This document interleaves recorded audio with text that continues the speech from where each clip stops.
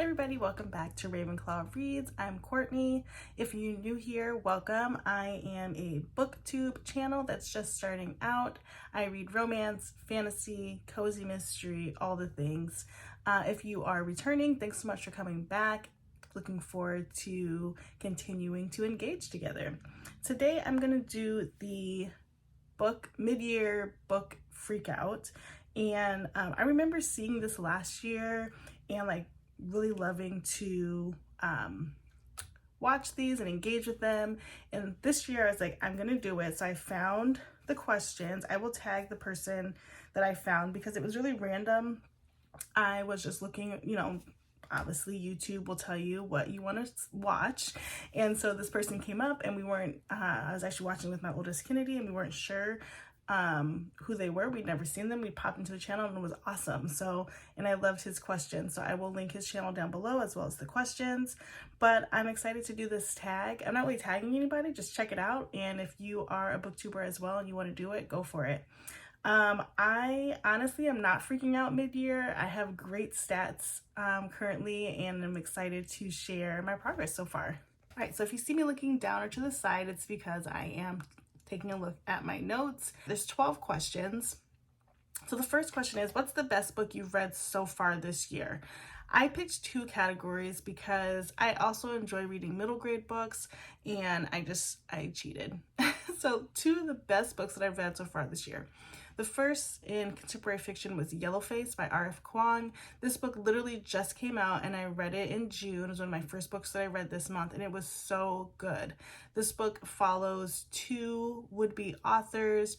One Asian author is really successful. One white author is her friend but not as successful. The Asian author, Athena, passes away tragically, and the white author takes her manuscript and poses it off as her own, and she changes her name to a racially ambiguous name, and she begins living this successful writing life, telling the stories of Asian history. I thought the commentary on the way the publishing companies work, as well as how stories are appropriated, was so good. The second book that I read this year that was so good, best book for middle grade, would be Imposter Syndrome and Other Confessions of Alejandra Kim. This book also deals with race relations, but Alejandra Kim is a teenager living in New York in the Bronx. She's half Asian, half Hispanic, and she's trying to figure out where she fits in. She's never quite fitting in on either side of her heritage. Her father has recently passed away. She's grieving, and so we're following her journey, but also amazing commentary on just life in general for her and what it looks like to go to a majority white high school as a person of color. So highly recommend both of those. The second question, what's the most disappointing book you've read so far this year? Honestly, and it hurts to say this, I am at some point going to finish it, but it's been the Throne of Glass series. So last year I read ACOTAR, as did so many other people, and those books were not my normal, and I'm getting more and more into fantasy. However, they were really well written. They were really good. The story moved, and for me, Throne of Glass is just losing me.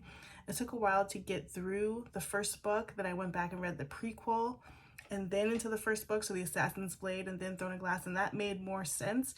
But there are so many books in the middle that are just dragging. Right now, I'm in the middle of trying to tandem read Empire of Tower and Shadow of something, and they're sitting on my bookshelf because they are just not capturing my attention. I do want to finish the series because it's a great accomplishment, but I have those 3 books left to read, including Kingdom of Ash, which is the last one, which is 1,000 pages that I need to read and get into before I can finish that series. But it's been really disappointing because I was ready to move over into another series that was going to be really good. Okay, so for the best book recommendation I received this year, and I don't have a lot of book recommendations, but I'm thinking about what I hear on BookTube, and one of the best, I just finished it, was the Matchbreaker Summer. It was recommended on an old video from Bookish Knitter. It is a YA book, really cute, really well written. I ended up giving it 4 stars, I believe, just because it didn't finish in a pretty bow, and all books don't have to, but I thought this one might, but really good. The next question was a hard one for me. What was the first DNF of the year? I don't keep track of my DNF books. If I DNF the book, I don't write it down. I don't put it on my Goodreads. Like, I usually read the book before I put it on my Goodreads anyway. So if I DNF a book, I'm just not gonna read it. I don't know how to talk about it. I will say, I think it was Heir of Fire on the Throne of Glass series that I ended up like getting the summary for the last 100 pages because I couldn't do it anymore. And so that was like a soft DNF because I didn't finish the last 150 pages, but I got the gist and I moved on and I still counted that as a book read.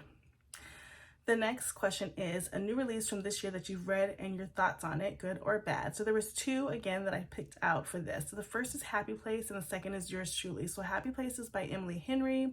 I was really excited for this book to come out. I think I had been tracking it since I finished Book Lovers, and I thought it was really a good book. I just like Emily Henry's writing. I thought the characters were cute. I loved the setting. So I was here for all of it. And then unexpectedly, I read Yours Truly by Abby Jimenez. It was a book of the month pick for May. And I have Part of Your World by Abby Jimenez, but never read it. And I ended up listening to Yours Truly, half of it, on a trip that I did for work. And it was really good. And then I ended up reading the second half the next day. And I really enjoyed it. I gave it 5 stars or 4. I think I gave it 5 stars. It was really good, really well written. And I liked the character development. I liked the main character having to deal with some anxiety. I think that's a very real thing. And I just thought it was overall really good. Okay, the next question is a book that came out in the first half of the year that you want to read and a book coming out in the second half of the year that you're anticipating. So the first book that has come out, let's see, the beginning of the year, I guess it was, they're both kind of middle of the year. So let's just say some books that I have enjoyed or waited was Happy Place, Love Theoretically, and Meet Me at the Lake. So Happy Place I just talked about. Love Theoretically I'm reading currently right now. It just came out. And that is an Ali Hazelwood book. I'm excited to dig into that. About 5 pages in, but it's already really good. Or 15 pages, 5% in. It's really good. And then the other one was Meet Me at the Lake by Carly Fortune. That book is not a follow-up, but it gives the same vibes as Every Summer After. I'm hearing mixed reviews on it, but I really liked it. The only thing I didn't care for was like Will and Fern's immediate connection when they really didn't have a basis for relationship. That seems unrealistic, but other than that, it was a really good book. And then for the second half of the year, I cannot wait for The Name Drop by Susan Lee. The Name Drop comes out in September. I want to say September 16th. Susan Lee wrote Soulmates, which was a really good book as well. And I love that she kind of writes like written K-dramas. And so I am looking forward to that. I've already pre-ordered that, and that will come on hardcover, not on the Kindle. Okay, next, what's the most beautiful book you've read, you've added to your collection, or a beautiful book you'd like to own? So the first is one that I have on Kindle, The Do-Over. I really want the physical copy of that because it's such a beautiful pink and yellow. I love pink's my favorite color. And so I really want to own that physical book just to have on my shelf. And I thought the book was pretty good. And then the second is one I think most people want right now, which is The Fourth Wing. You can't find it anywhere. It's sold out. I also have The Fourth Wing on Kindle, but I haven't started reading it yet. And I do want that hardcover. I also want, and I didn't write this down in my notes, so it just came to me, I also want the new Percy Jackson covers. So I have the first one and I can't find a box set. I might have to buy them individually at Barnes & Noble, but I really do want those as well, and I am rereading those. Okay, what genre have you read the most from this year is question number 8, and I would say romance. I do tend to read a lot of romance because they go quickly for me. However, I am adding more thrillers, and really Book of the Month Club has introduced me to a ton of different thrillers because sometimes they don't have a romance that I want to read, and so I opt for the thriller, and they end up being really good. So like The Writing Retreat this year was really good, The Housemaid was good, and so I'm adding more thrillers. Next, do you feel your reading tastes have changed or shifted at all this year? And I would say they've just added more fantasy and more thrillers. I've liked fantasy for a while, but I haven't read any high fantasy before this year and last year, and so I'm really trying to get more into that, and of course the thrillers. Okay, the next is if you set any bookish goals for yourself this year, how are they going? So yes, I do do my goals on Goodreads. I know people have conflicted thoughts about Goodreads, but I really like it. Also tried, was it Story something, because I want to see the graphs at the end, but it's just too hard to keep up with 2 different ways to track my books. And so I think it's Storygraph. It's too hard to keep up with 2 different ways to do my books, and so I just have doing Goodreads. And so far this year I've read 91 books, and 70 books was my goal. So I do lowball myself because I like to hit the goal, and that's just how I am. Last year I read 173 books, I want to say, and so I'm feeling a little pressure that I won't meet that, because I'd have to literally read another 90 books by December to exceed my past goal. So we'll see, but 91 books total this year is what I've read. I'm very proud of that. Number 11 says, what book format have you been gravitating towards this year? So as I've talked about, if you've been on my channel at all, I'm really gravitating more towards ebook. I ended up buying the Kindle Oasis recently, which is a pricier Kindle, and I said that I would buy that for the purpose of buying more ebooks versus physical books. I think physical books are beautiful. I just recently got a bookshelf and it's already filled, and the thing about it is I just don't have the space to put books in a whole library setup as if like I'd want to. So ebooks is a great way to get your books right away, and so I've justified the Kindle Oasis purchase by just focusing on getting ebooks. I also feel like at times books move faster. I don't think all the time, but sometimes on the Kindle they move faster. I am committed though to buying books that are thicker, like 450 and up, and fantasy, because it's just, I need to physically see the pages moving in those types of books, as well as like I need to see my progress. Okay, and the last question is, finally, a book you've read so far this year that you feel embodies the vibe of your reading year.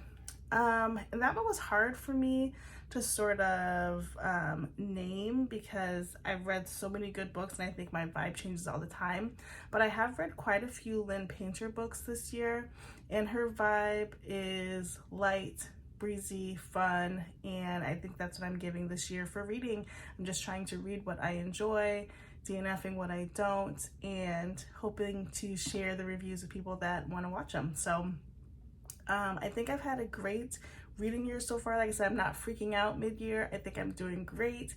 I think everybody should read what they can when they can. And I think it's a great affordable hobby mostly. And I also enjoy just always having something to do when I have a book in my hand or taking it with me someplace. And yeah, that's pretty much it. So that's it for the mid-year book tag. I'll take out the freak out part because I'm not freaking out, but it's been a great reading half of the year. So I look forward to the second half. Comment down below what you're reading. Feel free to check the description for the original person I got this tag from, as well as the questions. Please ask any questions you have about the books that I've read. I love engaging on the channel with you guys. Don't forget to comment, like, and subscribe, and I'll see you in the next video. Bye, guys.